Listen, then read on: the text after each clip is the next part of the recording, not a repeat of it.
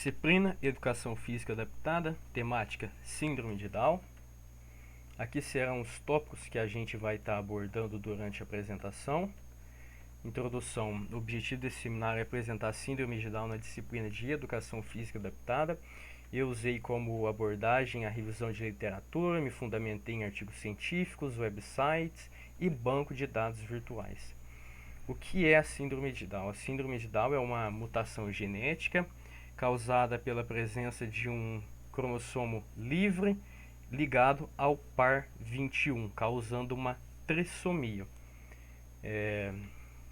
As pessoas com síndrome de Down elas possuem 47 cromossomos em suas células, ao invés de 46, como a maior parte da população. As crianças com síndrome de Down elas podem ter características semelhantes e estar sujeitos a uma maior incidência de doenças. A gente tem que ficar alerta nesse ponto. Mas elas apresentam personalidades e características diferentes e únicas.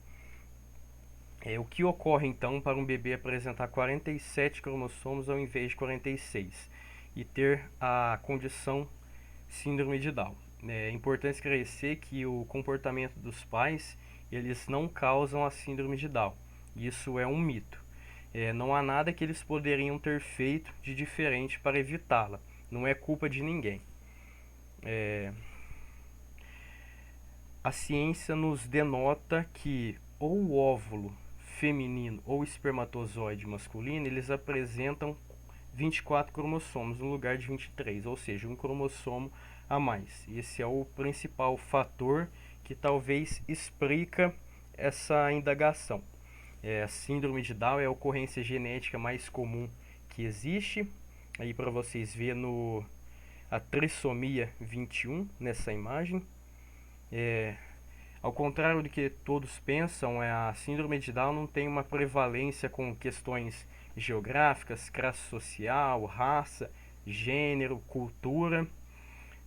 Mas o que desencadeia esse mecanismo que a ciência nos denota é que as mulheres acima de 35 anos elas aumentam gradualmente as chances de terem bebês com síndrome de Down.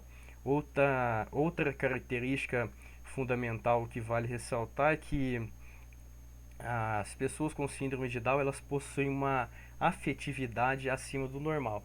Tanto é que denominam como cromossomo do amor.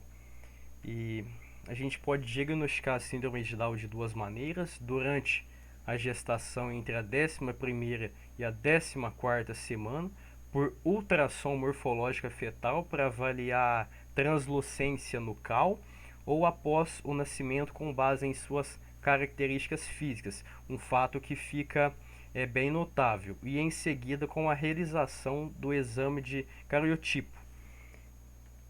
Aqui para vocês verem, a gente tem 3 tipos de síndrome de Down. A primeira é a trissomia simples, que geralmente tem origem durante o processo de meiose, em que o cromossomo 21 ele não se separa, ele permanecendo os dois em uma única célula. Na maioria dos casos, temos a translocação, que são rearranjos nos quais fragmentos acrocêntricos de 2 cromossomos não homólogos eles trocam de lugar. Exemplo: o cromossomo 21 livre ele se liga ao par 14.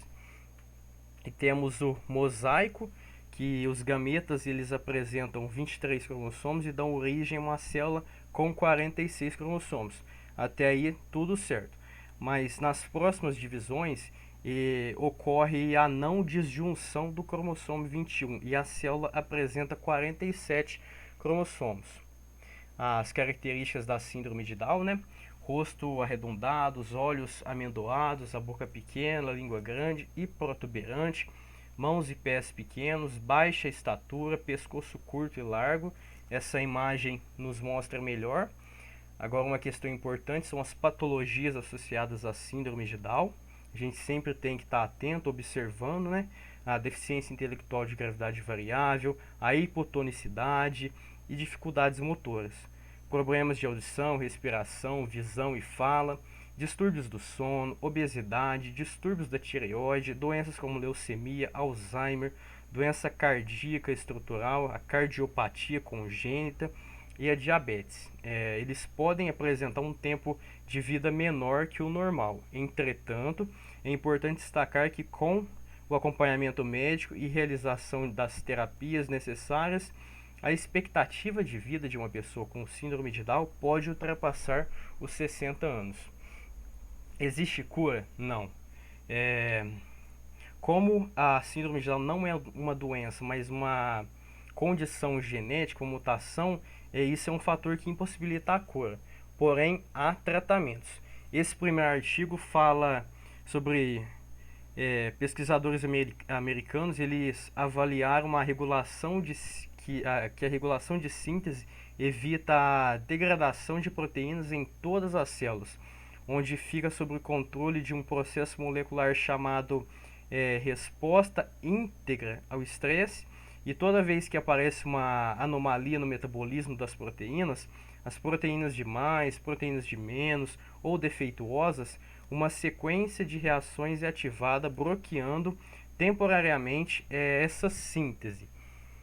Nesse segundo estudo, cientistas pesquisadores espanhóis demonstraram que um componente presente no chá verde, acompanhado por um protocolo de estimulação cognitiva, pode melhorar as capacidades intelectuais de pessoas com síndrome de Down. Aqui, como a gente deve agir afetivo, social, cognitivo e motor. O desenvolvimento da fala são as maiores dificuldades, e a estimulação diária, a interação com os pais e familiares fará com que a criança se familiarize com os modos, com os meios de comunicação. A capacidade motora é extremamente importante, a estimulação desde cedo, a estimulação precoce. E a audição, aqui a gente tem as pessoas com síndrome de Down têm uma perda auditiva devido a um fluido no ouvido médio e a surdez do nervo auditivo. É sempre importante estar realizando exames. No processo de alfabetização e aprendizado, é importante valorizar o aprendizado visual, sensorial, para alfabetizar criança com Down. Questão da coordenação motora, é sempre importante utilizar materiais que facilitam o manuseio, a coordenação motora. Trabalhar com livros coloridos, música e jogos vão despertar a criatividade da criança. Agora, essa questão mais importante é a escola, a família e terapeutas, esse tripé, por conta que esse eixo ele vai ser fundamental para o desenvolvimento e autonomia da pessoa com síndrome de Down. Aqui vai haver uma dialogicidade, uma troca de informações para o melhor desenvolvimento.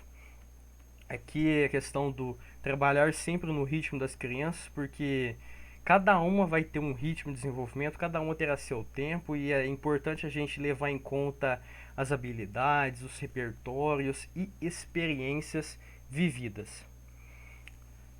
Como a gente pode incluir as crianças com síndrome de Down nas nossas aulas de educação física? Bom, a inclusão ela deve possibilitar ao aluno a compreensão, o aprendizado, o desenvolvimento de suas habilidades.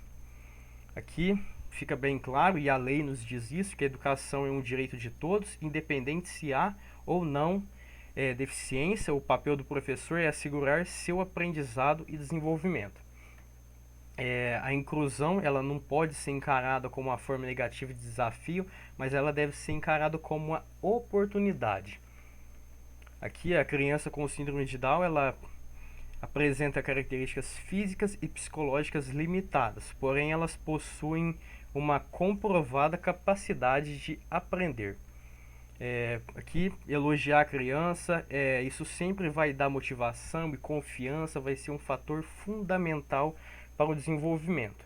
Aqui há uma imagem que mostra a ludicidade da criança na educação física. Agora uma frase para reflexão, fazendo uma pequena correção aqui: não são portadores, são pessoas. Então, pessoas com síndrome de Down são pessoas de um amor sem igual, possuem uma pureza eterna que contagia a todos da terra, suas características são tão belas e sua personalidade não possui maldade, são verdadeiros anjos em meio à sociedade. Aqui são as referências que eu utilizei. Eu gostaria de agradecer a todos que assistiram. Meu muito obrigado.